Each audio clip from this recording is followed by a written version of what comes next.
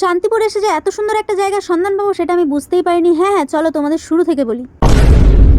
আমি এসেছিলাম শান্তিপুর, আর এখানে এসেই শুনছি নাকি যে দক্ষিণেশ্বর মন্দির হয়েছে, তাই যেমন শোনা তেমন কাজ, সবাই মিলে একদম সাইকেল নিয়ে বেরিয়ে পড়লাম সেখানে যাওয়ার উদ্দেশ্যে। আর এখানে এসে শুনছি নাকি 5 টাকা দিয়ে টিকিটও কাটতে হবে। এখন মন্দির হচ্ছে না ব্যবসা হচ্ছে সেটা বোঝা মুশকিল। ভিতরে ঢুকেই দেখতে পেলাম এত সুন্দর একটা দৃশ্য, দেখতেই পাচ্ছ। আর এখানে দেওয়ালে দেওয়ালে এত সুন্দর সুন্দর জিনিস করা ছিল, কি বলবো।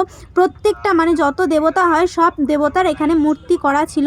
এখানে রেগুলার ইউজ যেগুলো আমরা মানে রোজ করে থাকি, যে দেবতাগুলোর ইউজ সেইগুলোও ছিল, আর যেগুলো আমরা জানি না চিনি না সেগুলোও ছিল, তলায় নাম লেখা ছিল, তোমরা দেখতে পাচ্ছ। আর এখান থেকে বেরিয়ে এখানে মহাদেব আর লোকনাথ মন্দিরও ছিল, দেখতে পাচ্ছ। আর তার সাথে এখানে ছিল হচ্ছে দক্ষিণা বামা কালীর মন্দির, দেখতে পাচ্ছ। আর এইটা 400 বছরের পুরনো মন্দির এখানে এসে যেটা শুনলাম। এখানে মানুষের থাকার বন্দোবস্তও আছে। তো আজকের মতো এইটুকুই, আবার দেখা হবে নেক্সট মিল ব্লগে। বাই।